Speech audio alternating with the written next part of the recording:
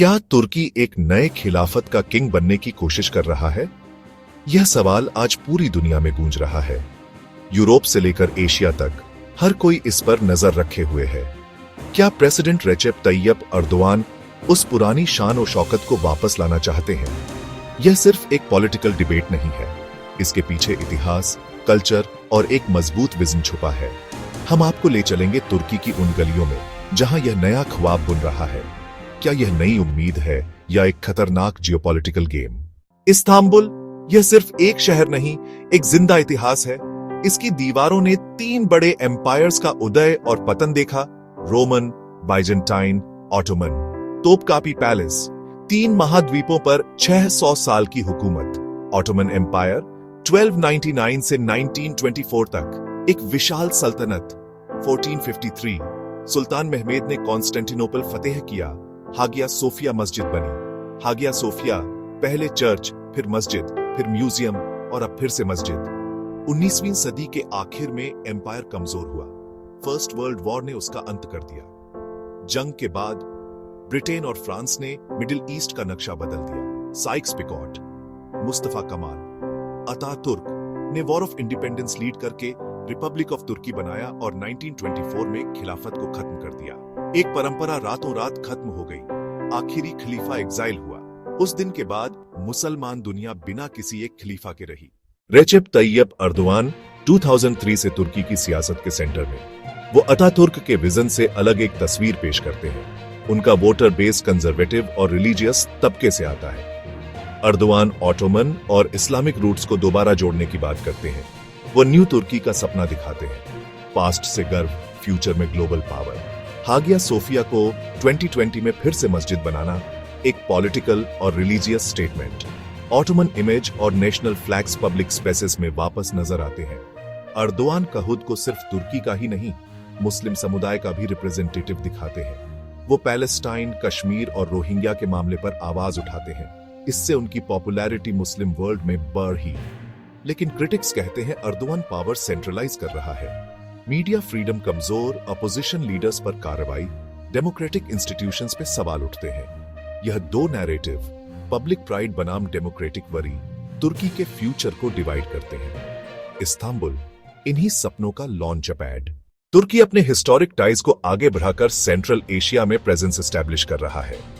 Azerbaijan strategic partner, Kazakhstan, Uzbekistan, Turkmenistan, Kyrgyzstan, organisation of Turkic states platform, political, economic और military cooperation ties sign किए जाते हैं। Turkish drones, Bayraktar TB two, Nagorno Karabakh में game changer साबित हुए। Joint military exercises और trainer teams से influence बढ़ता है।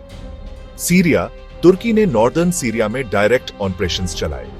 इराक, नॉर्दर्न बेसेस और सिक्योरिटी ऑपरेशंस। लीबिया में मैरीटाइम कोऑपरेशन, मेडिटेरेनियन में स्ट्रैटेजिक मूव्स। तुर्की अपना डिफेंस इंडस्ट्री बेस बिल्ड कर रहा है। Drones, missiles, ships. South Asia में पाकिस्तान एक कॉशस पर काफी स्ट्रॉन्ग पार्टनर है। Joint drills, defence projects, fighter jets, ship building, joint ventures. Afghanistan, Kabul airport attempts और डिप्लोमेटिक रोल दिखाता है तुर्की की रीच। आर्म्स एक्सपोर्ट्स और डिफेंस सेल्स तुर्की को की रीजनल सप्लायर बना रहे हैं। तुर्की नेटो मेंबर होते हुए भी रूस और चीन के साथ टाइज बैलेंस कर रहा है। S-400 परचेज ने वेस्ट के साथ टेंशंस बढ़ाए। इंडिपेंडेंट फॉरेन पॉलिसी का सिग्नल। तुर्की का मकसद एक ऐसा रीजनल ब्लॉक बनाना है जो रूस चीन के इफेक्ट को बैलेंस करे। मिलिट्री, डिप्लोमेसी और इकोनॉमिक प्रोजेक्ट्स तीनों मिलकर तुर्की के जियोपॉलिटिकल एम्बिशंस को आगे बढ़ाते हैं। सॉफ्ट पावर, तुर्की का सबसे बड़ा हथियार। टीवी शोज जैसे दिरिलिश, एर्तुरुल। पाकिस्तान, सोमालिया और कई एशियन मुल्कों में यह शोज लोगों को जोड़ रहे हैं। यूनुस एमरे इंस्टीट्यूट्स और कल्चरल डिप्लोमेसी टर्किश कल्चर को ग्लोबली प्रमोट करते हैं। तुर्की हजारों स्टूडेंट्स को स्कॉलरशिप्स देता है। यह फ्यूचर इन्फ्लुएंस बनाते हैं। टीका और ह्यूमैनिटेरियन एड से तुर्की की इमेज फ्रेंडली और हेल्पफुल नजर आती है। कंस्ट्रक्शन प्रोजेक्ट्स, एयरपोर्ट्स और रोड्स, इकोनॉमिक आउटरीच से पॉलिटिकल लेवरेज बनता है। स्ट्रीमिंग प्लेटफॉर्म्स और मीडिया डिस्ट्रीब्यूशन तुर्की की नैरेटिव्स को एम्प्लीफाई करते हैं।